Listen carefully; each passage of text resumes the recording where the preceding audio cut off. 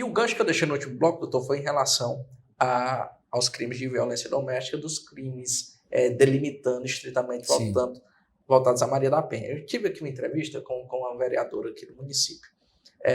Em uma determinada... E nessa entrevista, ela me apresentou, inclusive ela que tomou a frente para criar-se a Procuradoria Especial da Mulher, que é aqui dentro da Câmara Municipal de Quixeramobim, e ela me mostrou números alarmantes em questões de denúncias, de reclamações a respeito de crimes voltados contra a mulher. E eu queria que o doutor me falasse sobre essa realidade aqui no município de Quixeramobim. Certo. Vou responder as duas perguntas do bloco anterior. Você falou da questão cultural, né? Uhum. Falar do crime em si, né? Da questão da criminalidade em si de forma geral, depois a gente especifica. Essa questão cultural tem que ser combatida, como você falou anteriormente, ao meu ponto de vista. Projetos sociais, esse projeto da capoeira que o senhor citou, uma escolinha de futebol, uma escola em tempo integral. Isso vai desestimular. Por quê? Fortalecimento das famílias. Por quê? Vamos lá. A gente tem como meio de inibir que o indivíduo, por si só, o ser humano, cometa crimes, é a consequência, não é isso? Se ele comete um crime de homicídio, ele vai ter a pena ali de 12 a 30 para responder, dependendo do julgamento, dependendo de como foi. O que vai inibir? A pena e a responsabilidade que ele vai ter. Se você fizer isso, vai ter aquilo.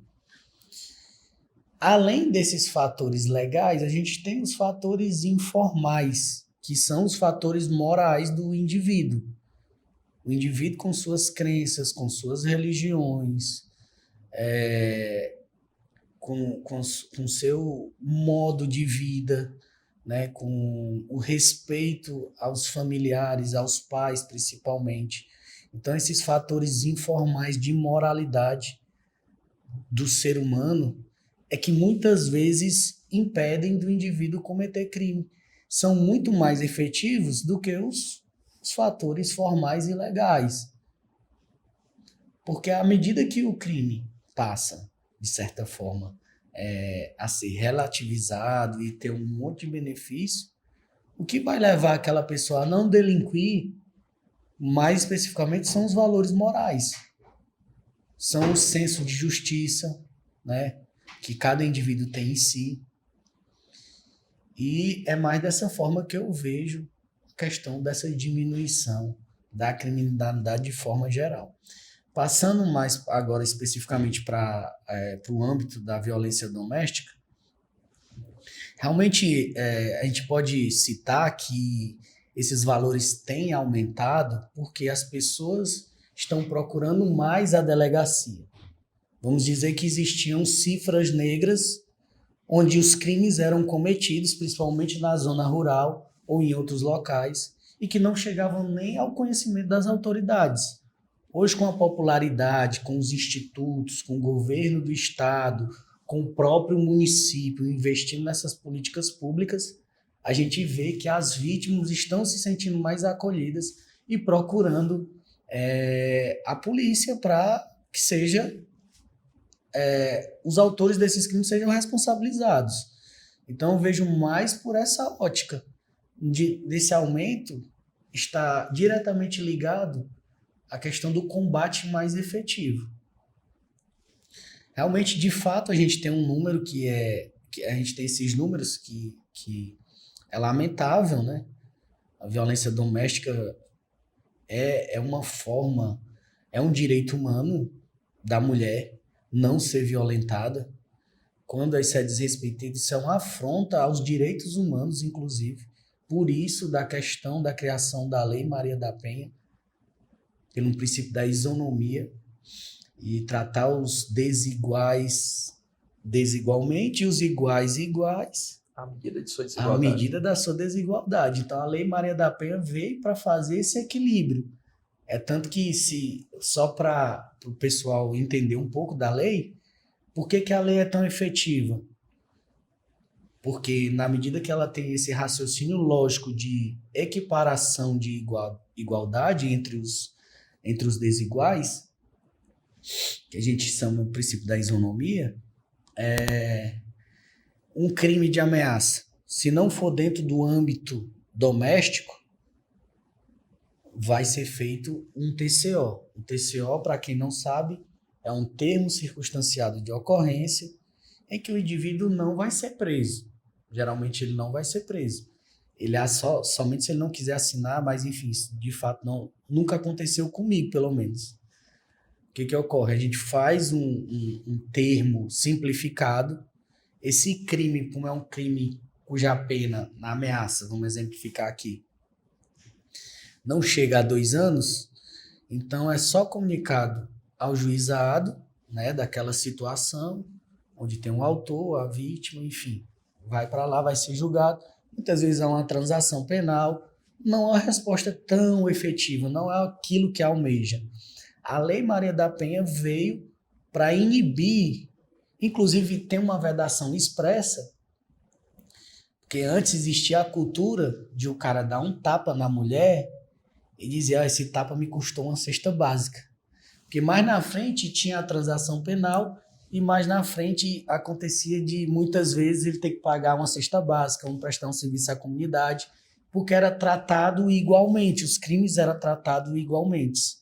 O Estado tentando proteger mais ainda o seio familiar, aquela questão da moral, né, que a primeira estrutura do Estado é a família, é o seu seio familiar. Dali é onde reverbera para o Estado maior. Tentando resguardar aquele ambiente doméstico, foi feita a lei, né? A lei passou pelo Congresso, enfim, todo aquele trâmite legislativo, e impede essas situações. Agora, de forma mais prática, se um indivíduo ameaça uma mulher dentro daquele contexto de violência doméstica, que é dentro do seio familiar, né? Tem que ser um parente, tem que ser uma próxima, tem que ter a convivência, tem alguns requisitos.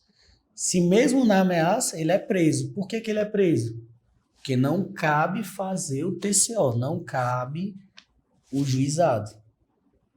Inibe aquela questão de ser feito o TCO. Então é feito um flagrante do indivíduo e ele vai preso. Por que é solto? Vai vir a pergunta. Aí ele já é solto devido à audiência de custódia, o crime, dependendo da situação em que foi aquela ameaça. Muitas vezes ele pega uma medida cautelar diversa, ou de não aproximação, ou tornozelamento.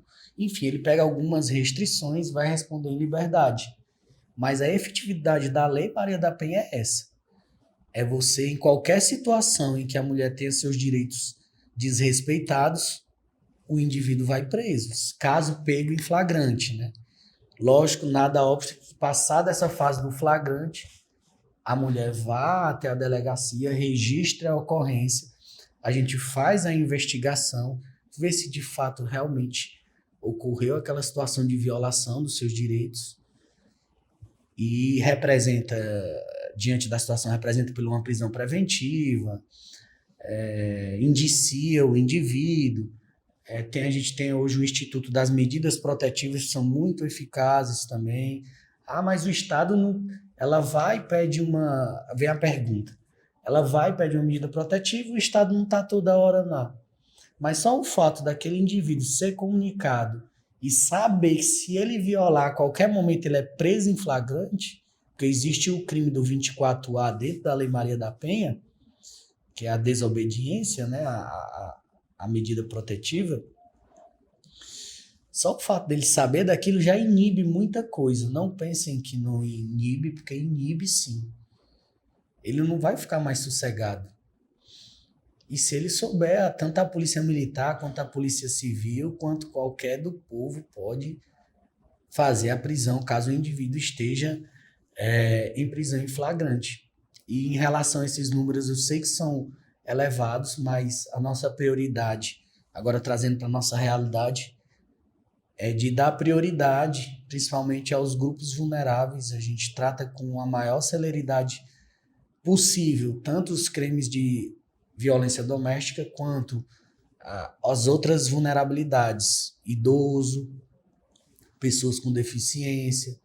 Então a gente realmente, de fato, tem um olhar mais profundo para essas questões para poder se dar aquela resposta à altura e no tempo hábil.